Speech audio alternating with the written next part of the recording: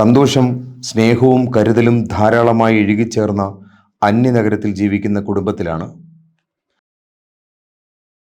നുറുങ്ങിയത് എന്നാൽ സ്നേഹത്താൽ വീണ്ടെടുത്തത്. ഈ അധ്യായം പ്രത്യേകിച്ച് പറയുന്നത്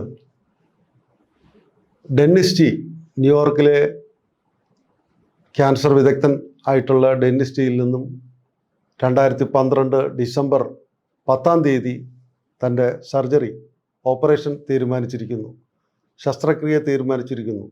ഒവേറിയൻ ക്യാൻസർ ഏറ്റവും അതിൻ്റെ മ്ലേച്ഛമായ ഒരു സാഹചര്യത്തിൽ അവരിൽ വളർന്നിരിക്കുന്നു.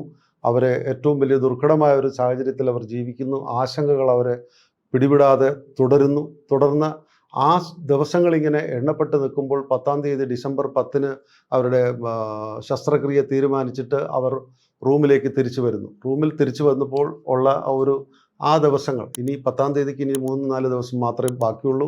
ആ എണ്ണപ്പെട്ട ദിവസങ്ങൾ എങ്ങനെ അവർ ചെലവഴിച്ചു റൂമിൽ എന്നുള്ളതാണ്, ആ മുറിയിൽ, അവരുടെ ഹോട്ടൽ മുറിയിൽ എങ്ങനെ അവർ ചെലവഴിച്ചു എന്നുള്ളതാണ് ഈ ചാപ്റ്ററിൽ അധ്യായത്തിൽ പറയുന്നത്. ഇതിനകത്ത് അവർ പ്രത്യേകിച്ച് എടുത്ത് പറയുന്നത് തനിക്കൊപ്പം ഉണ്ട അപ്പനും അമ്മയും, പിന്നെ സഹോദരൻ സിദ്ധാർത്ഥ്, അതുകൂടാതെ പൗലോമി എന്ന് പറഞ്ഞിട്ട് ബോംബെയിൽ നിന്ന് തന്നെ അവരുടെ കൂടെ ഈ ഒരു സാഹചര്യത്തിൽ ഇത്രയും ഏറ്റവും മനപ്രയാസം അനുഭവിക്കുന്ന ഒരു വേളയിൽ മറ്റാരോടും ഒന്നും ഷെയർ ചെയ്യാൻ പറ്റാത്ത ഒരു സാഹചര്യം ഉള്ളപ്പോൾ ഈ പൗലോമി എന്ന് പറയുന്ന കൂട്ടുകാരി അവരുടെ ബിസിനസ്സുകളെല്ലാം നമുക്കറിയാം, അവർ യഥാർത്ഥത്തിൽ അവിടെ ബോംബെയിലെ വലിയ ജെം കട്ടിങ്ങും ജുവലറി ബിസിനസ്സും ഒക്കെ ചെയ്യുന്നവരാണ്. അവരതെല്ലാം ഉപേക്ഷിച്ചിട്ട് മനീഷയെ അത്രയധികം ഇഷ്ടപ്പെട്ടൊരു കൂട്ടുകാരി ആയതുകൊണ്ട് അവരോടൊപ്പം ന്യൂയോർക്കിൽ അനുഗമിച്ചിരിക്കുന്നു എന്നുള്ളതാണ്. അവർ കൂടെയുണ്ട്. അപ്പോൾ അതിനുശേഷം ആ റൂമിൽ അവരുടെ കൂടെ അവിടെ താമസിക്കുന്ന, ഹോട്ടലിൽ താമസിക്കുന്ന എല്ലാവരുടെയും വിചാരങ്ങളും അവരാ 3-4 ദിവസം എങ്ങനെ കഴിച്ചുകൂട്ടി എന്നൊക്കെയാണ് പറയുന്നത്. മനീഷയുടെ അമ്മ യഥാർത്ഥത്തിൽ അവരുമായി ബന്ധപ്പെട്ട അവരുടെ ബന്ധുക്കളെ എല്ലാവരെയും, ന്യൂയോർക്കിലും അമേരിക്കയിലുമുള്ള ബന്ധുക്കളെ എല്ലാവരെയും വിളിക്കുന്നുണ്ട്. അവരുടെ അച്ഛനും അതുപോലെ തന്നെ എല്ലാവരുമായിട്ട് ബന്ധപ്പെടുന്നുണ്ട്, എല്ലാവരും വിളിക്കുന്നു എന്ന് പറയുന്നുണ്ട്. മനീഷയുടെ അച്ഛൻ്റെ സഹോദരി ചേതന ദി ദി എന്ന് പറയുന്ന ബഹുമാന പുസ്തകം, നമ്മൾ ജി എന്ന് പറയുന്നത് പോലെ തന്നെ ചേതന ദി എന്ന് പറയുന്ന അവരുടെ ആൻറ്റി, അവരുടെ അമ്മായി അവിടെ തന്നെയാണ് താമസിക്കുന്നത്. ഈ അമ്മായിക്ക് യഥാർത്ഥത്തിൽ 2012 തന്നെ ജനുവരിയിൽ ആദ്യകാലങ്ങളിൽ തന്നെ ബ്രസ്റ്റ് ക്യാൻസർ ഉണ്ടായിരുന്നു. ആ ദിവസങ്ങളിൽ ഇവരെ സന്ദർശിക്കുവാൻ വേണ്ടി മനീഷ കൊയ്രാള പോയിരുന്നു വിർജീനിയയിൽ. എന്നിട്ട് അവർ സുഖം പ്രാപിച്ചു. അവർക്ക് അവരുടെ ബ്രസ്റ്റ് ക്യാൻസർ ഭേദമായി എന്നൊക്കെ ഉള്ള ഒരു സാഹചര്യത്തിൽ നിന്നുകൊണ്ട് ഇപ്പോൾ മരുമകൾ ഇങ്ങനെ അസുഖം ബാധിച്ച് വന്നിരിക്കുന്നു. അപ്പോൾ അതിനെ ഇവരൊരു മലിഗ്നൻ ഫെയ്റ്റ് എന്നാണ് മനീഷ പറയുന്നത്. ഈ മലിഗ്നൻ ഫെയ്റ്റ്, ഈ ദുർവിധി എന്നെയും ബാധിക്കുമെന്ന് ഒരിക്കലും വിചാരിച്ചിരുന്നില്ല. ജനുവരി വരെ വിചാരിച്ചിരുന്നില്ല. ജനുവരി കഴിഞ്ഞു, ഏതാണ്ട് ഒരു 4 മാസം കഴിഞ്ഞപ്പോഴാണ് മനീഷയ്ക്ക് ഈ പറഞ്ഞ ഒവേറിയൻ ക്യാൻസർ ബാധ ഉണ്ടാകുന്നു എന്ന് പറയുമ്പോൾ അവർ പറയുന്നു, ഈ മലിഗ്നൻ ഫേറ്റ്, ഈ ദുർവിധി എന്നെ ബാധിക്കും എന്നറിഞ്ഞില്ല, കാലം എനിക്കെതിരെയും തിരിഞ്ഞിരിക്കുന്നു എന്നൊക്കെ അവർ സ്വയം ആത്മകഥം പറയുന്നുണ്ട്. ഇതുകൂടാതെ ഈ അമ്മ ഇങ്ങനെ മകൾക്ക് കിട്ടാവുന്ന എല്ലാ സാഹചര്യങ്ങൾക്കും വേണ്ടി, എല്ലാ സന്തോഷങ്ങൾക്കും വേണ്ടി, എല്ലാ വിധത്തിലുള്ള ആശ്വാസം നൽകുന്ന ഘടകങ്ങൾ ഒരുക്കുന്നതിലേക്ക് വേണ്ടി ബന്ധുക്കളെയും സുഹൃത്തുക്കളെയും പരിചയക്കാരെയും ഒക്കെ വിളിക്കുന്നു.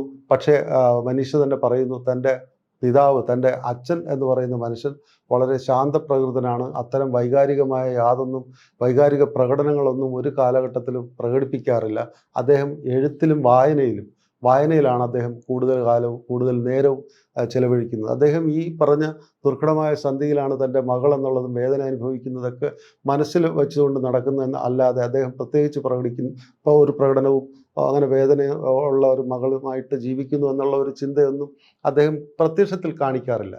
അദ്ദേഹം യഥാർത്ഥത്തിൽ വായിച്ച ബുക്കുകൾ തന്നെ 7-8 തവണ വായിച്ചു എന്നാണ് മനീഷയുടെ സഹോദരൻ സിദ്ധാർത്ഥ് മനീഷയോട് തന്നെ പറഞ്ഞത്. അച്ഛൻ അത്തരത്തിൽ എന്ന് പറഞ്ഞാൽ ഈ മറ്റുള്ളവരെല്ലാം മറ്റ് പല കാര്യങ്ങളിലേക്കും വ്യാപൃതരായിരിക്കുമ്പോൾ ഏറ്റവും കൂടുതൽ ദുഃഖം മനസ്സിൽ പേറി ജീവിച്ചൊരു മനുഷ്യനാണ് മനീഷയുടെ പിതാവ് എന്നുള്ളതാണ് ഇതിനകത്ത് മനീഷ തന്നെ പറഞ്ഞിരിക്കുന്നത്. അതുകൂടാതെ അദ്ദേഹം ഈ വായനാശീലമുള്ള ആളായതുകൊണ്ട് തന്നെ ഇത്തരത്തിലുള്ള ഒരു ടെർമിനൽ സിക്നസ് ഉള്ളൊരു ഒരു പേഷ്യൻ്റ് അത് സുഖം പ്രാപിച്ചു കഴിഞ്ഞാൽ പിന്നെ എങ്ങനെ ആരോഗ്യവനായി ജീവിക്കണം എന്നുള്ളതിനെക്കുറിച്ചും അതിന് കഴിക്കേണ്ട ഭക്ഷണത്തെക്കുറിച്ചും പാലിക്കേണ്ട ജീവിതചര്യകളെക്കുറിച്ചും അങ്ങനെയുള്ള പുസ്തകങ്ങൾ വരെ എല്ലാം 6-7 തവണ വായിച്ചു എന്നാണ് പറയുന്നത്. അതുകൂടാതെ പിന്നെ ഓപ്പറേഷൻ്റെ തലേ ദിവസം ആയപ്പോഴേക്കും മനീഷയുടെ ആശങ്ക വർദ്ധിച്ചു. നാളെയാണല്ലോ എൻ്റെ സർജറി എന്നുള്ള രീതിയിലുള്ള ആശങ്ക വർദ്ധിച്ചപ്പോൾ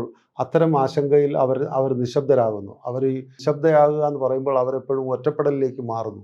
ഒറ്റപ്പെടൽ അവരുടെ ചൈൽഡ്ഹുഡിലെ തന്നെ അവർക്ക് വളരെ കുട്ടിക്കാലത്തെ തന്നെ അവരുടെ ഒറ്റപ്പെടൽ അവരെ ഏറ്റവും കൂടുതൽ മതിക്കുന്ന, അവരുടെ മനസ്സിനെ മതിക്കുന്ന ഒരു വികാരമാണ്. ആ ഒരു രീതിയിൽ നിന്നപ്പോൾ അത് കൃത്യമായി അറിയുന്ന പൗലോമി എന്ന് പറയുന്ന കൂട്ടുകാരി പറഞ്ഞു, എനിക്ക് കുറച്ച് ഷോപ്പിങ്ങിന് പോകണം, എനിക്ക് കുറേ സാധനങ്ങളൊക്കെ മേടിക്കാനുണ്ട്, നീ ഇവിടെ ഒറ്റയ്ക്ക് ഇരിക്കേണ്ട, വരൂ, എൻ്റെ കൂടെ വരൂ എന്ന് പറഞ്ഞിട്ട് മനീഷയും കൂട്ടി പുറത്തേക്ക് ഇറങ്ങുന്നു. മനസ്സിലാക്കണം, നാളെയാണ് അവരുടെ ഓപ്പറേഷൻ.